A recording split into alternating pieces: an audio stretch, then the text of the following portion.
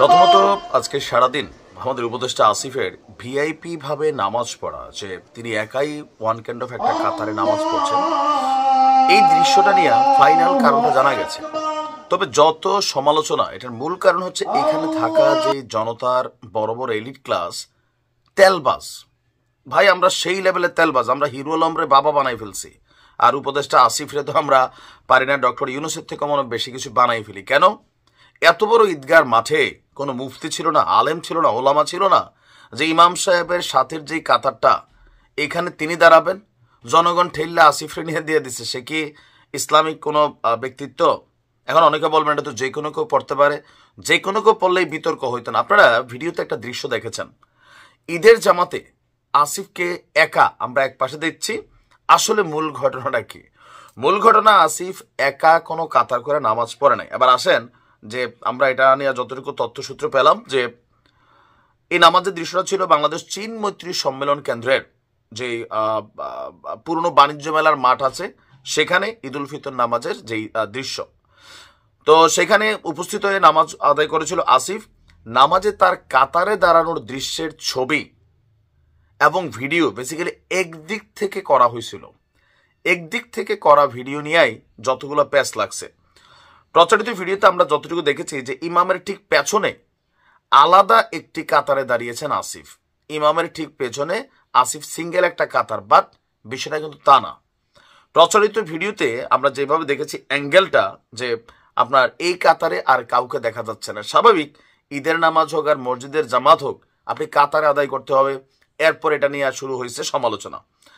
তো আবার দেখুন আমরা মূল ঘটনা কি। ঈদের এই জামাতে আজ ইমামতি করেছেন কারি গোলাম মুস্তফা এবং বিকল্প ইমাম হিসেবে সঙ্গে ছিলেন মুফতি জুবাইর আহমেদ আল আজহারি। বুঝতে পারছেন যে ইমাম এবং ইমামের সাথে ইমামের ডান দিকে যিনি ছিলেন তিনি ছিলেন মুফতি জুবাইর আহমদ আল আজহারি। তো বামে থাকা ছিল দরকার আরেকজন মুফতি অথবা এই মাপের ইমাম, কিন্তু তেলবাজ জাতি। আর আসিফও নিজেরা সবার থেকে আলাদা মনে করে সেইখানে চলে আসছে। এটা তার উচিত হয় নাই। এখন এরা এগুলা করে, যাই হোক। এখন আমরা এটার সত্যতারা জানাচ্ছি যে ঘটনার প্রেক্ষাপট কি। মোটামুটি ফুটেজটাকে বিশ্লেষণ করা হয়েছে ফাইনালি। এখানে ঘটনার প্রেক্ষাপট হচ্ছে, নামাজ শুরুর আগে ইমাম সাহেব নামাজের জন্য সবাইকে দাঁড়াইতে বলেন। বিকল্প ইমাম মুফতি জুবাইর আহমেদ আল আজহারি তখন ইমামের হাতের ডান পাশে একটু পেছনে দাঁড়ান। এটা যেটা নামাজের নিয়ম। মাইকে প্রথম কাতার থেকে যে কোনো একজনকে ইমামের বাম পাশে একটু পেছনে দাঁড়ানোর আহ্বান জানানো হয়। কয়েকজনের পরামর্শে সবসময় নিজেকে নায়ক ভাবা উপদেষ্টা আসিফ সে চলে আসছে। তো বাবা, তোমার পরামর্শ কে দিছে? পরামর্শ দেখেন কে দিছে, যে আসিফ শুরুতে নাকি কাতারটাতে এসে দাঁড়ায়নি, ইমামের আহ্বানে পরবর্তীতে অন্যদের পরামর্শে সে দাঁড়ায়। বেসিক্যালি এই আসিফই আপনার ওই লাল গালিচা দিয়ে ড্রেন পরিষ্কার করতে গেছিল রিজওয়ানা, এই আসিফেরা এই মানে একটু ফ্রন্টলাইনে আসতে চায়। তো এমনটি কেন করা হলো? আপনার যিনি উপদেষ্টা আসিফের সাথে একই কাতারে দাঁড়িয়েছিলেন বিকল্প ইমাম, তিনি বলছেন যে ইমাম সাহেবের সঙ্গে বিকল্প ইমাম দাঁড়াবেন। এক পাশে দাঁড়ালে অন্য পাশ খালি থাকে, পেছনে জায়গা হচ্ছিল না বিধায় সামনে আরেকজনকে আসতে হয়। তখন প্রশাসক মহোদয় উপদেষ্টা মহোদয়কে সামনে আসার অনুরোধ করে উনি সামনে আসেন।